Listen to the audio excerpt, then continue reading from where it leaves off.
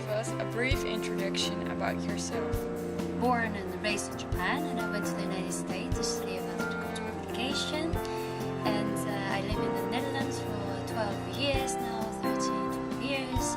And I'm now teaching, well, mainly giving training to international companies, and also teaching in-house. What's the most interesting aspect of the Japanese culture? I think a lot of people think that the hierarchy in Japan is very big there, so that we always have to pay attention to hierarchy.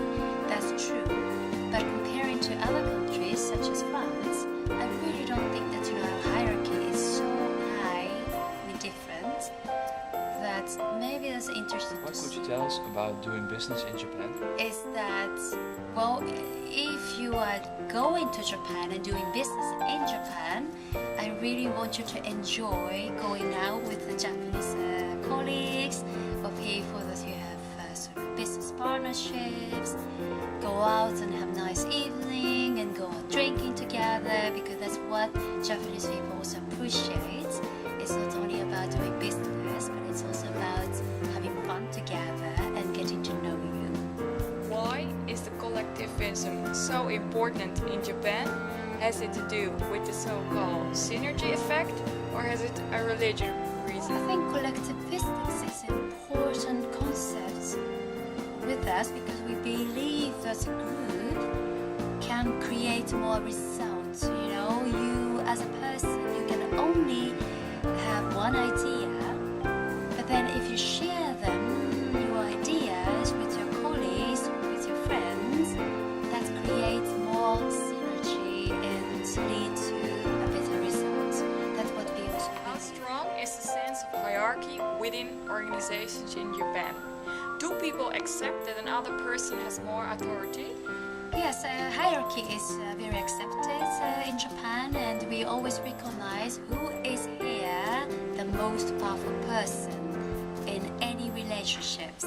But then, as I said, Japanese hierarchy is not that strongly embedded.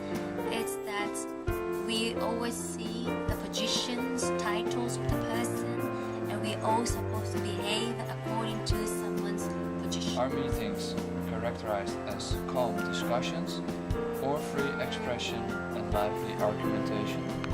Well, in different types of meeting, we can see different behavior of how Japanese would like to communicate in meetings.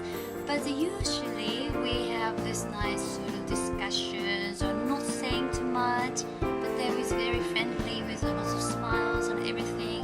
But then it could happen that we also explode sometimes in meeting when things are not going well. Are people at meetings allowed to make calls or answer incoming calls on their cell phone during a meeting?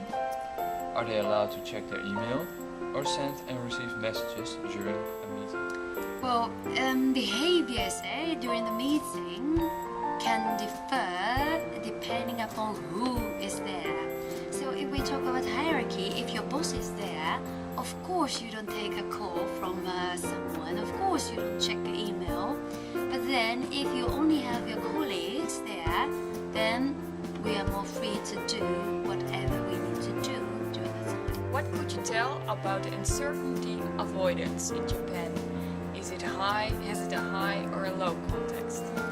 Well, uncertainty avoidance, that's really something that I always want to mention, because in Japan, according to Hofstadter, it's the highest score. Well, highest, very high score in there. But then you can see many aspects related to uncertainty avoidance in the Japanese society. For example, care about the process, lot of planning, lot of getting information and discussions to avoid risks, quality, being perfect. I can name many of them related to it. What is the biggest difference in general between doing business in Japan or, for example, the Netherlands? Well, I would say communications are very different. So as you expect in the Netherlands, you have to say what you are thinking about, because clearness is important in this country. But in Japan, as I said, well, it's not so direct, it's more high context, therefore that this communication aspect is something that you want to remember in doing business. last question. What's your advice for anyone who's doing business in Japan? What's the best way to act for a successful result? Well, if you're going to Japan and do business with the Japanese, I would really suggest that you observe first what the Japanese people are doing. Because as I said, it's very contextual that I cannot tell you even what to do. To me, there are no do's and don'ts in doing business with the Japanese. So, well, it's nice to have business with them because you can get a lot of drinks and a lot of nice foods. So enjoy.